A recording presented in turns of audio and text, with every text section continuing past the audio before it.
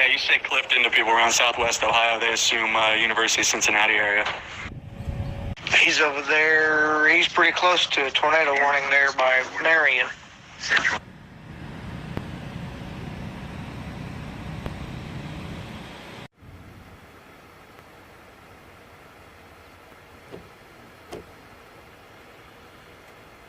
That's two.